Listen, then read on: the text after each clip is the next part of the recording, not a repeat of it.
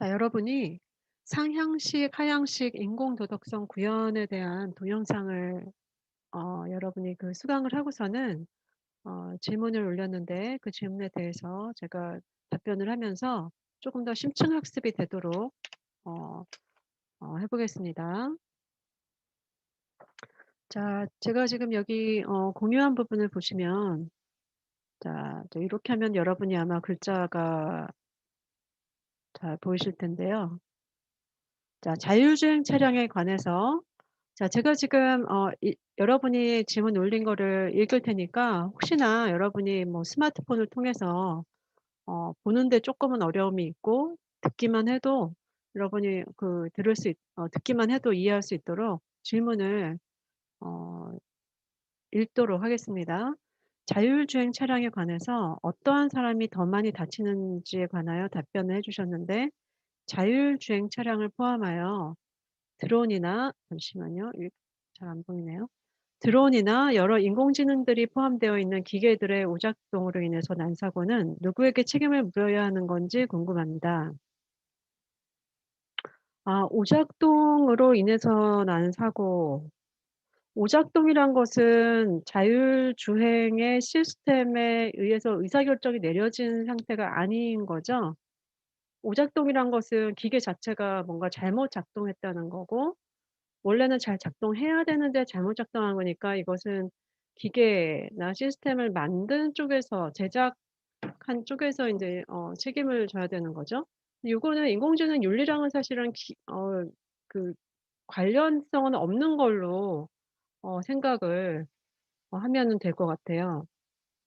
오작동, 우리가 인제 그 인공지능 윤리에서 책임 여부를 묻는 거는, 그러니까 정상적으로 자율주행 혹은 자율적인 의사결정, 그러니까 의사결정이라는 게 꼭 인간에 의해서 내려지는 게 아니라 이 자율 시스템에 의해서 그 기계 자체적으로 인공지능이 의사결정을 내렸을 때, 그럴 때 책임 여부를 묻는 것이 인공지능 윤리에서는 문제가 되는 것인데, 지금 여기서는 오작동이라고 했으니까, 이것은 시스템에 잘못 작동했다는 거는 약간의, 예를 들면은 우리가 어떤 상품을 샀는데 어 그 잘못 그 만들어진, 혹은 그게 원래는 잘 작동해야 잘 작동을 안 하는 거니까, 요거는 기계 자체의 문제라고 할 수가 있겠죠.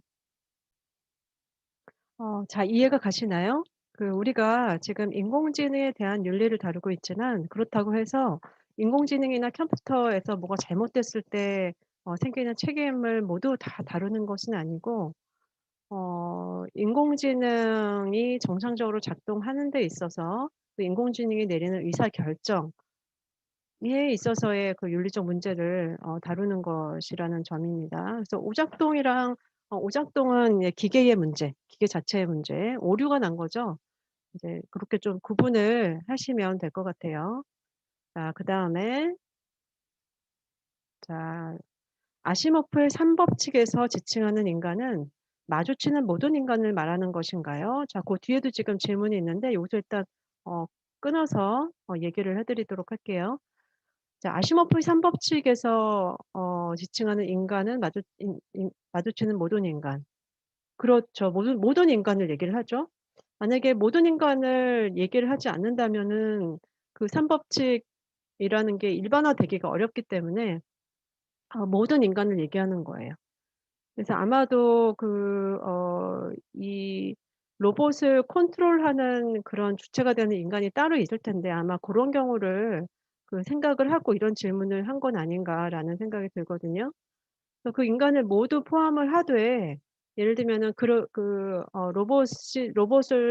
로봇이 이렇게 이렇게 움직였으면 좋겠다'라고 생각하는 그 로봇을 예를 들면 설계한 인간이 있을 텐데, 그 인간의 예를 들면은 의도에 따라야 되잖아요. 그렇기 때문에 이 아시모프의 3 법칙이 만들어진 거고, 자, 그다음 질문은 뭐냐 하면, 혹시 그렇다면 EU에서, 이게 쪼금 옆으로 안 보이네요.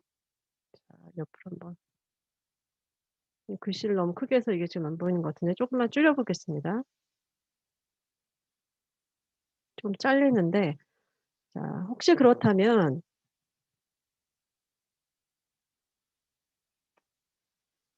EU에서 로봇 시민법을 제정할 시 전쟁 로봇 제작은 금지된다는 의미로 이해하면 될까요? 무슨 요런 생각을 염두에 두고 한 질문이네요. 로봇 시민법이 아직 제정이 안 됐는데 로봇 시민법 쪼끔 먼 얘기 같아요, 로봇 시민법은. 로봇 시민법이란 것은 로봇에게 어떤 그 권리를 준다는 건데 권리를 주려면은 인간이랑 동등해야 되거든요.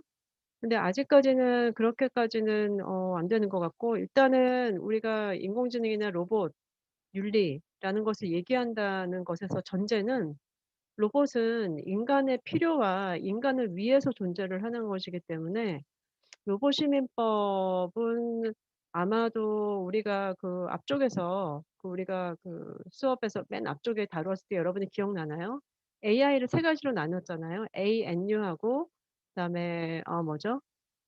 좁은 인공지능, 그다음에 일반 인공지능, 그다음에 초인공지능이 있었는데 아마도 초인공지능 정도가 돼야지만 로봇 시민법을 제정할 수 있지 않을까 라는 생각이 들고, 그래서 아마 여기 수업 시간에 그 다루는 동영상에서 나온 내용에서는 그런 초인공지능은 사실은 대상으로 하고 있지 않고, 제가 앞쪽에 수업 시간 시작할 때 말씀드렸지만 ANU 좁은 인공지능을 일단 대상으로 했을 때에도 지금 현재 그 윤리적 이슈가 많기 때문에 고거에 인제 한정된다는 점 얘기를 드리고 싶고, 근데 인제 어쨌든 굉장히 좋은 질문이에요. "전쟁 로봇 제작은 금지된다."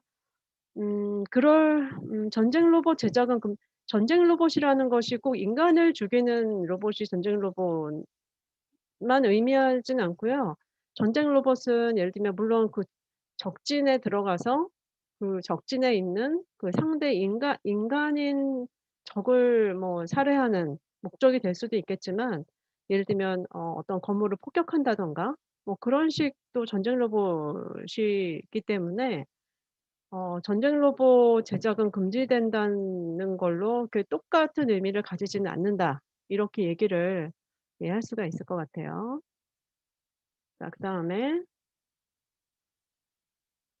이게 지금 잘 안 내려가지는데, 자, 그다음에 상향식 도덕성 학습 인공지능에서 도덕적으로 허용 가능한 행동이 무엇인지를 배우며 상향식 학습을 하는 과정에서 개발자가 학습시키는 이게 글자가 보이네요. 학습시키는 상황을 소수의 사례만 학습시킨다면 인공지능 알고리즘은 그 이상의 학습이 불가능한지, 학습한 상황보다 구체적 사례에서의 적용이 어려운지 궁금합니다. 자, 일단 상향식은 뭐죠? 경험으로부터 배우는 인공지능이죠. 그래서 도덕적으로 허용 가능한 행동이 무엇인지를 배우는 건데, 이것은 비단 인공지능이나 로봇뿐만 아니라 우리 인간도 어릴 때 어 어떤 행동을 하면은 주변에서 인제 부모님이나 주변의 어른들이 그렇게 하면 안 돼."라고 인제 이렇게 피드백을 주잖아요. 인제 그런 것이 상향식 도덕성 학습을 하는 거죠. 그래서 그런 과정에서 만약에 개발자가 소수의 사례만 학습시킨다면은 그 이상의 학습이 불가능한지, 그 이상도 가능하겠죠. 근데 인제 예를 들어서 우리도 어릴 때 너무 이렇게 뭐 여러 가지 피드백을 안 받으면은 제대로 학습이 잘 안 되잖아요. 그쵸? 근데 물론 뭐 나이 들어서도 배울 수 있겠지만 아무래도 인제 어릴 때 배울 때 이제 많이 배워야 되겠죠. 그래서 여기서는 지금 인공지능 알고리즘은 그 이상의 학습이 불가능한지, 근데 이거는 인공지능이 그 학습시키는 그 기간이 어디까지인지에 따라 달라지겠죠. 예를 들면 뭐 1 년 뭐 예를 들면 뭐 한 달만 학습을 시킨다. 거기서 거기까지만 하고선 더 이상 학습을 못하게 한다라는 인제 가정이 있어야지만 이런 생각이 가능하고, 고거 그 기간에 따라 학습 기간에 따라서 좀 달라질 것 같아요. 네. 그다음에 강의 잘 들었습니다.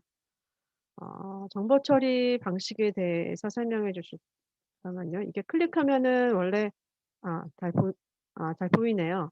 정보 처리 방식에 대해서 설명해 주실 때 하향식 접근법과 상향식 접근법이 서로 상호적인 관계라고 하셨는데, 그러면 딥러닝을 이용한 인공지능들은 대부분 두 개의 정보 처리 방식을 둘 다 채택한 방법으로 연구가 되고 있는 건가요? 아 좋은 질문이네요. 상호적인 관계이고 하향식 접근법과 상향식 접근법이 둘 다 동시에 사용되는 그런 예를 들면은 뭐 이거 연구가 될 수도 있고 예를 들면 제품을 만들 때 뭐 챗봇을 만들 때라든가 고럴 때 인제 사용을 할 수가 있는 건데 그러니까 '현재 딥러닝을 이용한 인공지능이 대부분 그러냐?'라는 거죠. 그거는 그거를 제작하는 사람에 따라 달라질 것 같아요. 근데 지금 대략 통계적으로 어떠냐 하면은 어 이게 뭐 하향식, 상향식 50대 50 이렇게 라고 말하기는 쪼금 어렵고 아무래도 딥러닝이 쪼금 더 딥러닝은 기본적으로는 상향식이거든요. 근데 인제 그거를 주로 사용을 하되 그것만으로는 이게 학습이 잘 안 되는 부분은 뭐 하향식으로도 접근을 하는 것을 인제 집어넣고 이렇게 하면 그 퍼센티지가 그걸 제작하는 사람 혹은 연구하는 사람에 따라서 달라질 수가 있겠죠. 그쵸. 우리 인간도 어릴 때 어떤 학습을 하는 데 있어서 하향식, 상향식 이런 그 학습을 둘 다 하면서 자라나거든요. 그것처럼 인공지능도 마찬가지로 어떤 한 가지 방식으로만 학습 을 하기가 어렵기 때문에 어렵다는 게 아니라 인제 필요에 따라서 그 둘 다 쓰인다고 할 수가 있겠습니다.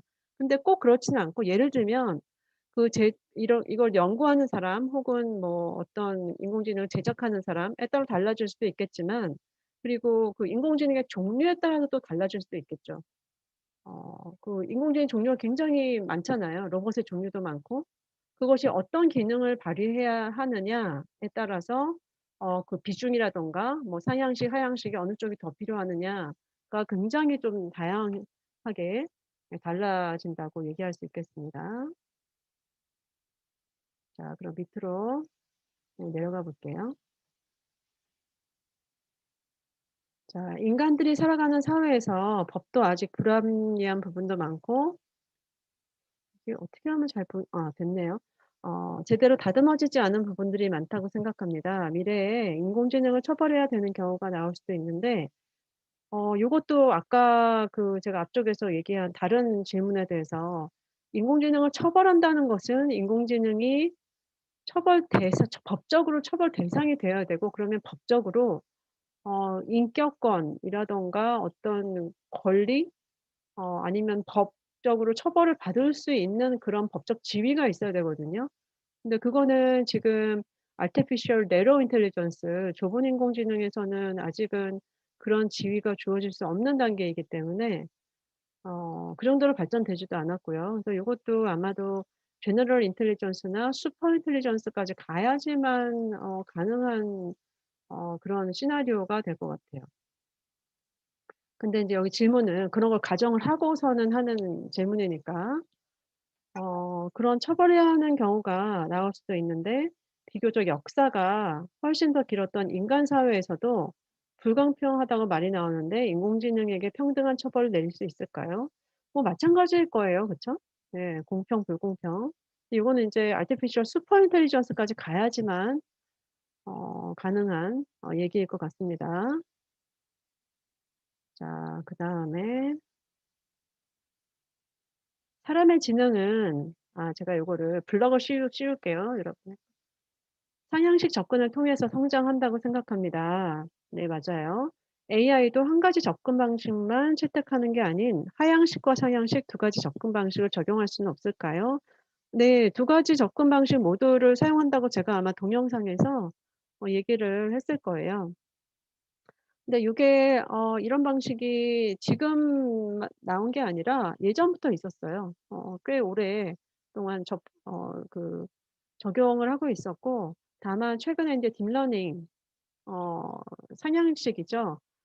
이 상향식이 조금 더 많이 발전을 하면서 상향식에 좀 더 많이 이렇게 관심이 기울여진다고 해야 되나? 인제 그런 것뿐이지 우리도 왜 살아가면서 사회에서 유행이란 게 있잖아요. 그것처럼 이 AI의 그 학습 방법도 예 그런 것 같습니다. 자 두 가지가 다 사용된다고 보면 될 것 같아요.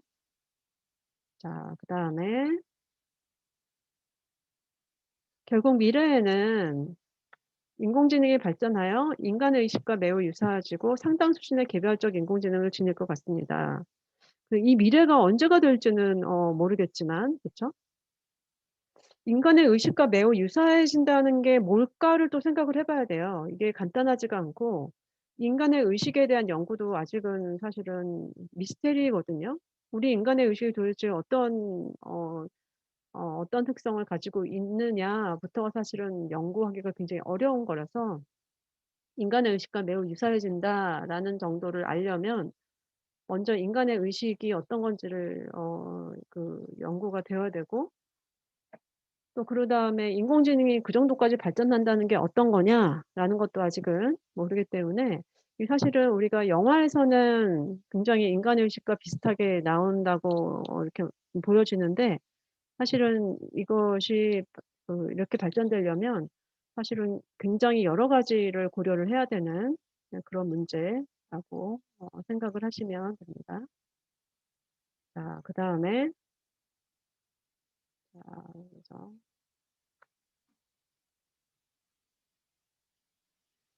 지금 블럭을 씌우려고 하는데 블럭이 안 씌워지네요. 잠깐만요. 자 "인공지능이 과연 공리주를 구현할 수 있을까?"라는 물음에 많은 생각을 해 보았습니다. '아 공리주의적 인공지능을 만들 수 있을까?'라는 생각을 했나 보네요. 좋은 질문인데요. 공리주의는 최대 다수의 최대 행복을 추구하는 것인데 인간의 행복을 총량을 계산하고 행동한다는 것이 정확할 수 없다고 생각합니다. 맞아요. 이거 계산을 뭐 대략 할 수는 있겠지만 정확하게 하기는 참 어렵겠죠?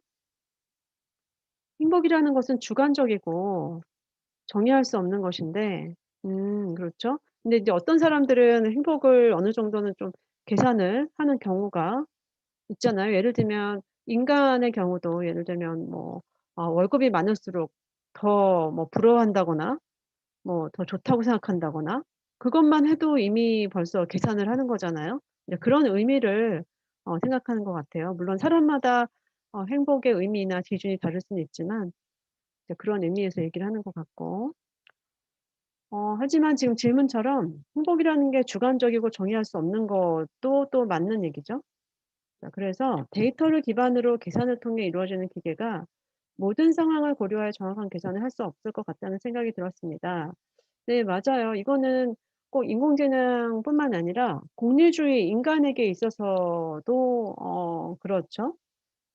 제 생각으로는 불가능한 일이 언젠가 실제로 이루어질 수 있을지 궁금합니다.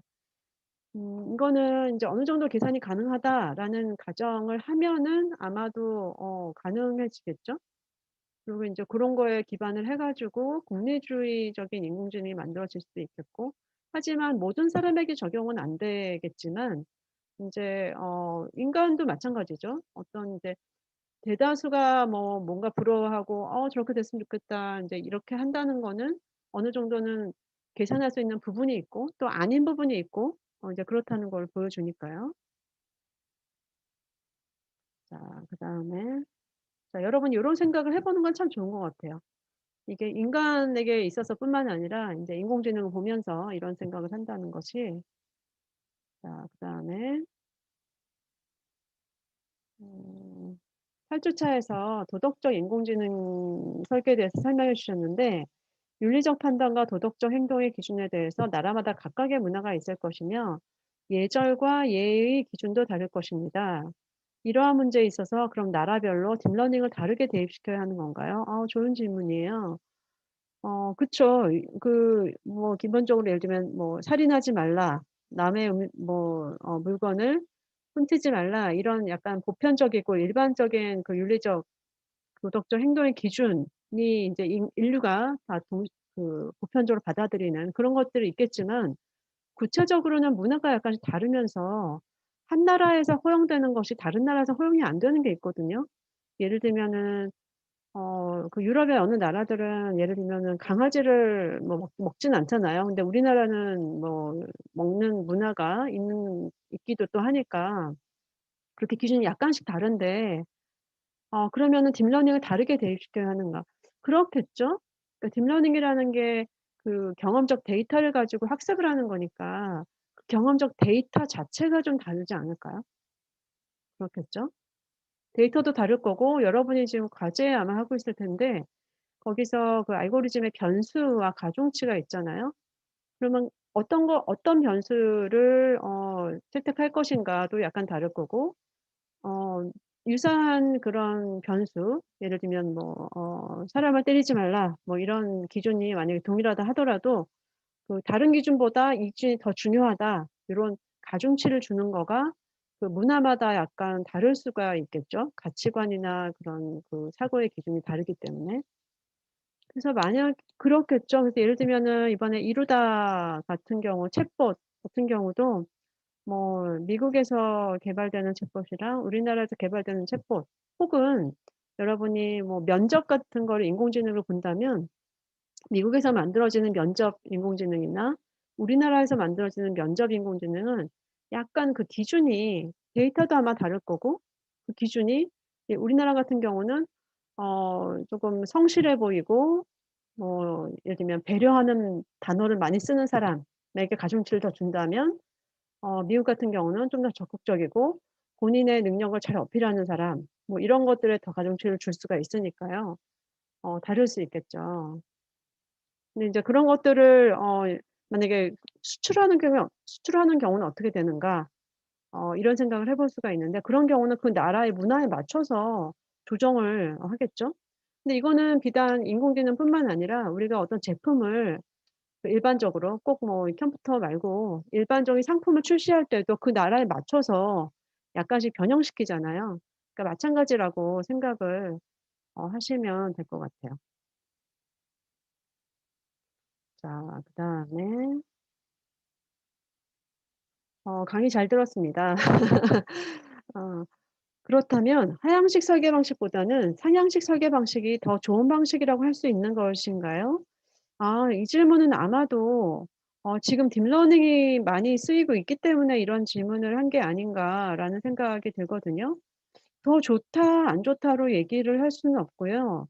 하향식 하향식 학습이나 아니면 상향식 학습은 다 장단점이 있는데 그 장단점이 다 약간 그러니까 하향식이 잘하는 거 그다음에 상향식 학습이 잘하는 거가 달라요. 그렇기 때문에 상보적 서로 도와주는 관계에 있다고 할 수가 있거든요. 그래서 더 좋다라고 말하기는 좀 어렵고 둘 다 각자의 특징이 있는 거죠. 그렇게 생각을 하시면 됩니다. 예를 들면 여러분이 짬뽕과 짜장면을 생각을 할 때 물론 개인마다 그 취향의 차이는 있겠지만 그 둘을 동등하게 비교하기는 어렵죠. 완전히 다른 특성을 가지고 있기 때문에. 그쵸? 예. 그것과 마찬가지라고 생각하시면 되겠습니다. 그다음에 상향식 도덕 학습은 경험으로 이루어진다고 하셨는데 한 가지 상황에서의 경험들이 일관되지 않는다면 어떻게 되나요? 좋은 질문인 것 같아요. 한 가지 상황에서 경험들이 다 사람마다 다르잖아요. 그쵸? 근데 인제 AI가 학습하는 방식은 빅데이터를 모으는 거니까 그런 일관되지 않은 경험들을 다 모아서 학습을 하겠죠. 그러면은 그 사람마다 다른 그런 경험들이 물론 다르겠지만 그래도 완전히 다르진 않고 대략 어떤 범위 안에서 모일 거란 말이에요. 그런 것들이 패턴으로 파악이 되는 거죠. 어떤 얘기인지 아시겠죠?